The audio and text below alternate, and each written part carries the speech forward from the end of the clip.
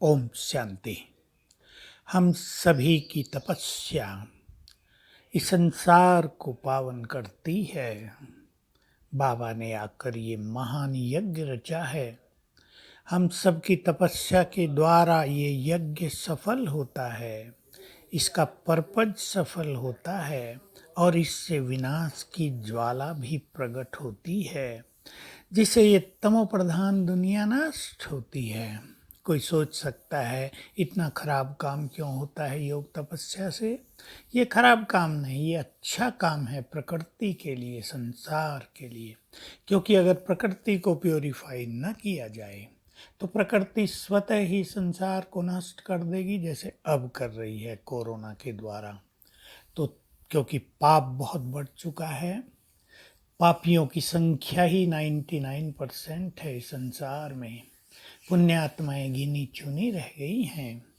इसलिए संसार की समाप्ति होनी ही चाहिए। और काल चक्र भी का नियम भी ऐसा ही है कि अभी रात पूरी हो रही है, दिन का उदय होगा ही। ये तो चक्र ही इस तरह का है। तो हम सभी अपने त्याग के बल से तपस्या की ओर चलें। तपस्या हमारी आत्माभिमानी होने की तपस्या है। तपस्या स्थिर बुद्धि होने की तपस्या है। बुद्धि को स्थिर करना ये बहुत बड़ी तपस्या है। आत्मिक दृष्टि की अर्थात प्योरिटी की भी हमारी बहुत जबरदस्त तपस्या है।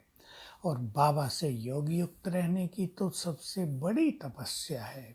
उसकी आधारशिलाएं ये स्वमान ज्ञान का चिंतन, मुरली का अध्ययन, उस पर बहुत अच्छा चिंतन करके उसे जीवन में समाना।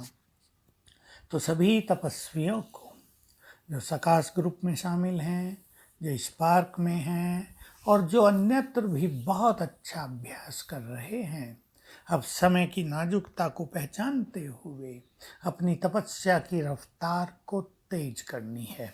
आप सभी तपस्याएं साथ साथ भी कर सकते हैं या एक एक सब्जेक्ट भी ले सकते हैं, एक के साथ दूसरा भी। जैसे आत्मिक दृष्टि का अभ्यास करना है तो एक 15 दिन के लिए या हफ्ते के लिए धुन लगा दें, सबके मस्तक के मध्य में चमक रही है ज्योति और मैं निराकार आत्मा हूँ। बस ये 2 अभ्यास ले लें, 100 बार कर जाएं सारे दिन में, घंटे में 5-7 बार कर लें तो बहुत ही अच्छी अनुभूति एक ही दिन में प्राप्त हो जाएगी।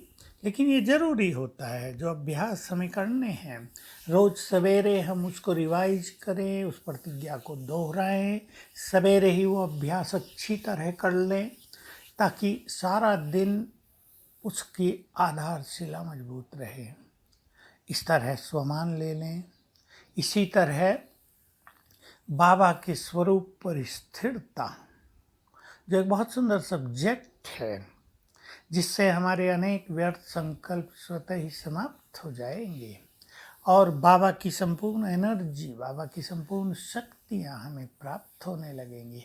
उसका बहुत डिवाइन स्वरूप देखें, अपने मन में सुंदर से सुंदर चित्र बनाए, विजन बनाए, कैसा है शिव बाबा, उसका स्वरूप कैसा है। महाज्योति, बहुत डिवाइन एनर्जी दूर दूर तक फैल रही है, जैसे कि सारा ब्रह्मलोक ही उससे जगमगा रहा है।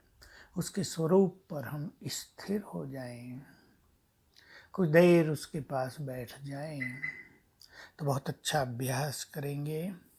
तपस्या रंग लाएगी, तपस्या दुखियों के दुख दूर करेगी, हमारी तपस्या सभी के सुखों का मार्ग खोलेगी, हमारी तपस्या सभी को समस्याओं से भी मुक्त करेगी। तो गहन तपस्या करते रहें। तो चलें कुछ क्षणों के लिए अभी कर लें, अपने आत्मिक स्वरूप को देखें। मैं चमकती हुई मणि मस्तक सिंहासन पर विराजमान हूँ, मुझसे चारों ओर प्रकाश फैल रहा है। अपने अंदर झांक के अपनी शांति को, अपनी शक्तियाँ शक्तियों को पहचाने, उनसे मिलें। मेरे अंदर गहन शांति है, मेरे पास असीम शक्तियां हैं, ईश्वरीय शक्तियां हैं, उनकी किरणें चारों ओर फैल रही हैं और मेरे चारों ओर एक पावरफुल ऑरा है, आभा मंडल है। अब इस आभा मंडल के साथ ही हम चलें ऊपर की ओर, आत्मा बनकर बैठ जाएं परम धाम में सुप्रीम बाबा के साथ और एंजॉय करें उसकी कंपनी, रिसीव करें उसकी डिवाइन एनर्जी को। ओम शांति।